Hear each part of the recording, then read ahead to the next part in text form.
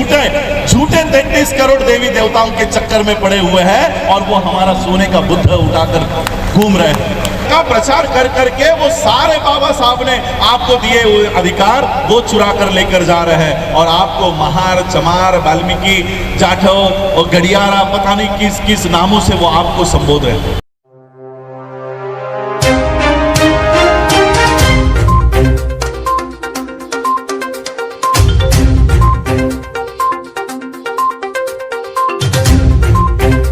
तो श्रीलंका के एक मॉन्क, एक बुद्धिस्ट मेरे पास आए, एक बौद्ध भिक्खु मेरे पास आए और मुझे कहते हैं this time India is very lucky, you got a Buddhist prime minister.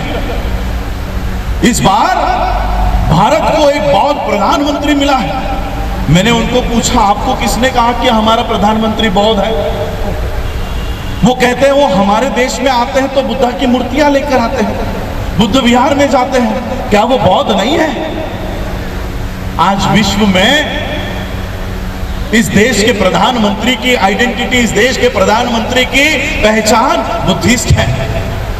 जहां से बाबा साहब अंबेडकर जी ने बौद्ध धर्म की दीक्षा आज के दिन ली, वहां पर हमको पैर रखने की अनुमति नहीं है, लेकिन वहां से नरेंद्र मोदी स्पीच करेगा, वहां से नितिन गडकरी स्पीच कर रहा है, वहां से देवेंद्र फडणवीस महाराष्ट्र का पेशवा ब्राह्मण वहां से स्पीच करेगा और वर्ल्ड को क्या बताएगा कि हम ही अंबेडकराइट बुद्धिस्ट हैं, हम ही बुद्धिस्ट हैं।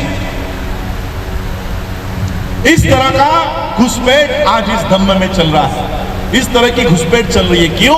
क्योंकि जिनका वो धम्म है वो उस धम्म की ओर देख नहीं रहे हैं और इन लोग, ये जो लोग हैं,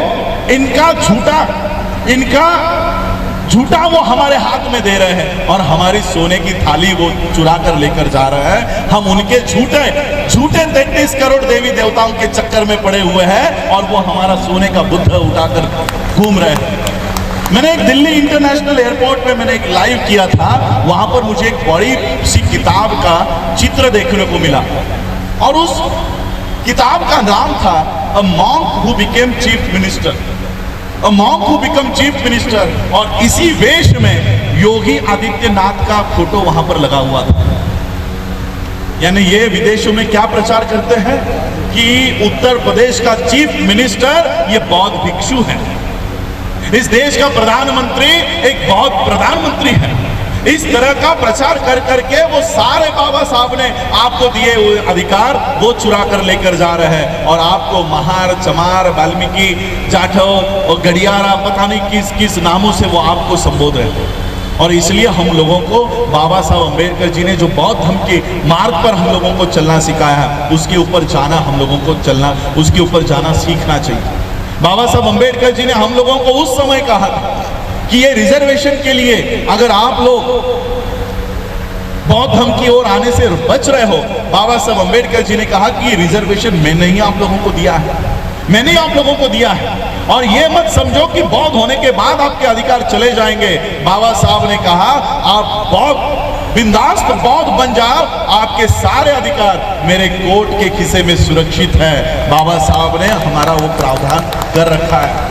हम लोगों को ये सरकार, ये व्यवस्था ये डरा कर धमका कर रखी है कि अगर आपने हिंदू धर्म का त्याग किया तो आपके अधिकार चले जाएंगे, आप लोगों के अधिकार चले जाएंगे। और इसलिए हम लोगों को ये डरा धमका कर हिंदू धर्म में आप लोगों को फंसा कर रख रहे हैं। इसलिए हम लोगों को खुले तौर से बौद्ध धर्म की दीक्षा आज के दिन देखिए, आज हम लोग सब इकट्ठा हुए हैं, अशोका विजयादशमी को मना रहे हैं। हम लोगों को बाबा साहब अंबेडकर जी, हम सभी लोग बाबा साहब अंबेडकर जी के अनुयायी हैं। जो काम हमारे महापुरुषों ने किया उसका अनुकरण हमें करना चाहिए। सिर्फ बाबा साहब अंबेडकर जी को आकर माथा टेकने से, हाथ जोड़ने से, फूल चढ़ाने से, कैंडल जलाने से बाबा साहब के ऋण कभी नहीं फिटने वाले हैं। इसलिए हम लोगों को बाबा साहब ने जो काम किया है, जो दिशा बताई है, उसका अनुकरण हम लोगों को करना चाहिए। मैं इसलिए आज आप लोगों के समक्ष आया हूँ क्योंकि मैंने भंडारी जी से कहा था कि मुझे बंबई से ऑस्ट्रेलिया जाना है, मैं दिल्ली नहीं आ पाऊंगा, लेकिन फिर भी मैं आज आप लोगों के यहाँ आया कि राजेंद्र पाल गौतम जी के माध्यम से पूरे देश भर में, सिर्फ दिल्ली में ही नहीं, आज भी एट ए टाइम कितने कई सारे राज्यों में जय भीम मिशन हो, बुद्धिस्ट सोसाइटी ऑफ इंडिया हो, हम लोग काम कर रहे हैं और एक बहुत बड़ा मैसेज वर्ल्ड को देने वाले हैं, पूरे विश्व को देने वाले हैं। यहाँ पर कम से कम हम लोग 5 करोड़ के संख्या में लोगों को बौद्ध दीक्षा का कार्यक्रम हम लोग आयोजित कर रहे हैं। हमारे पास आज साधन नहीं है, हमारी इस जानकारी को कोई टीवी चैनल वाला नहीं दिखाएगा, कोई न्यूज़पेपर वाला नहीं छापेगा, इसलिए हमें भी उनके टीवी चैनल पर और न्यूज़पेपर का इस्तेमाल हम भी नहीं करना चाहते। जिस तरह से तथागत बुद्ध ने काम किया, 2 पैरों के बलबूते पर, एक गले के बलबूते पर उन्होंने उनका धम्म, उनका संदेश पूरे विश्व में पहुंचाया। हम भी रोज एक एक गांव में जाकर ये संदेश लोगों तक पहुंचाएंगे और बाबा साहब अंबेडकर जी का ये कारवां और आगे लेकर जाएंगे और पूरे विश्व के सामने हम इस देश के असली बुद्धिस्ट है ये लोगों को जाकर बताएंगे और बौद्धों की एक स्वतंत्र व्यवस्था इस देश में खड़ी करने की कोशिश हम करेंगे। देखिए, ये जो पीछे इमारत खड़ी है ये भी बाबा साहब ने उस समय बनाई। 1946 में हमारे सर यहाँ पर बैठे हुए हैं, कुमार सेन बौद्ध जी यहाँ पर बैठे हुए, वो इस व्यवस्था को पूरा देखते हैं। उस समय बाबा साहब ने ये नींव रखी है और इसलिए आज हम लोगों को बुद्धिस्ट नींव रखनी होगी। हमारे खुद के एजुकेशन सिस्टम, हमारी खुद की बैंकिंग सिस्टम, हमारी खुद के हेल्थ सिस्टम, इसके ऊपर हमको काम करना है। हम बौद्धों के लिए आज मैं श्रामणेर इसलिए बना हूँ क्योंकि श्रामणेर अवस्था में ही मैं वर्ल्ड के बुद्धिस्टों को जाकर बताऊंगा कि भारत में बौद्धिज्म को अगर रिवाइव करना है, सरवाइव करना है, तो हमें ये सारी व्यवस्था भारत में खड़ी करनी होगी। आज जो लोग बौद्ध में घुस पड़े हैं, नरेंद्र मोदी हो, योगी हो, जो बुद्धिज्म के नाम पर सारा फंड वो ब्राह्मणी व्यवस्था को डाइवर्ट करते हैं, उन लोगों को खुला करने का काम, उन लोगों का षड्यंत्र खुला करने का काम मैं वर्ल्ड के माध्यम से वहाँ पर कर रहा हूँ और भारत के असली बौद्धों का वहाँ पर सब लोग हम वहाँ पर पहचान बनाने का काम कर रहे हैं। तो आप सभी लोगों का स्वागत है।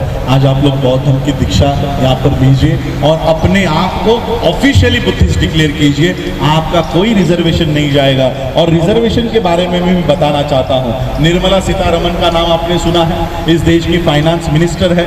उसने 1.5 साल पहले अनाउंस कर दिया है कि देश के सारे पब्लिक सेक्टर हम बेचने वाले हैं, 2 साल में बेचने वाले हैं। एयर इंडिया बेच दी, कई सारे बैंक बेच दिए हैं, कई सारे बैंक खत्म हो गए हैं। अब कई सारे जितने भी पब्लिक सेक्टर है, रेलवे बेच रहे हैं। जहां पर हमारी नौकरियां हैं वहां की सारी व्यवस्था ये बेच रहे हैं। संसद में ये सवाल उठा कि आप सब पब्लिक सेक्टर बेचने वाले हो तो रिजर्वेशन प्राइवेट सेक्टर में मिलेगा या नहीं।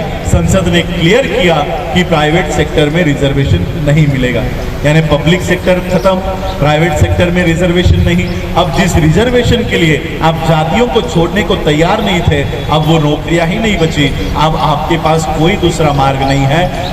जातिगत आरक्षण लेने के बजाय बौद्ध धर्म के माध्यम से अल्पसंख्यकों के लिए जो आरक्षण है वहां पर आप लोग आइए और गर्व से अपने आप को बुद्धिस्ट कहकर वो अधिकार आपके प्राप्त कीजिए। इतना बड़ा अधिकार बाबा साहब हमको देकर गए, उस मार्ग पर हम लोगों को चलना चाहिए। और इसलिए बाबा साहब ने हमें 128 देशों से जोड़ रखा है। एक दिन इस देश में ऐसा आएगा कि राजस्थान हो, हरियाणा हो, उत्तर प्रदेश हो, दिल्ली हो, हमारे किसी भी मनीषा के ऊपर, हमारे किसी भी बच्चे के ऊपर अगर अन्याय हो, अत्याचार हो, तो इस देश का प्रधानमंत्री नहीं, किसी स्टेट का मुख्यमंत्री नहीं, किसी स्टेट का, किसी डिस्ट्रिक्ट का कलेक्टर नहीं, इस देश, इस विश्व के सारे बौद्ध देश हमारे लिए आवाज उठाएंगे।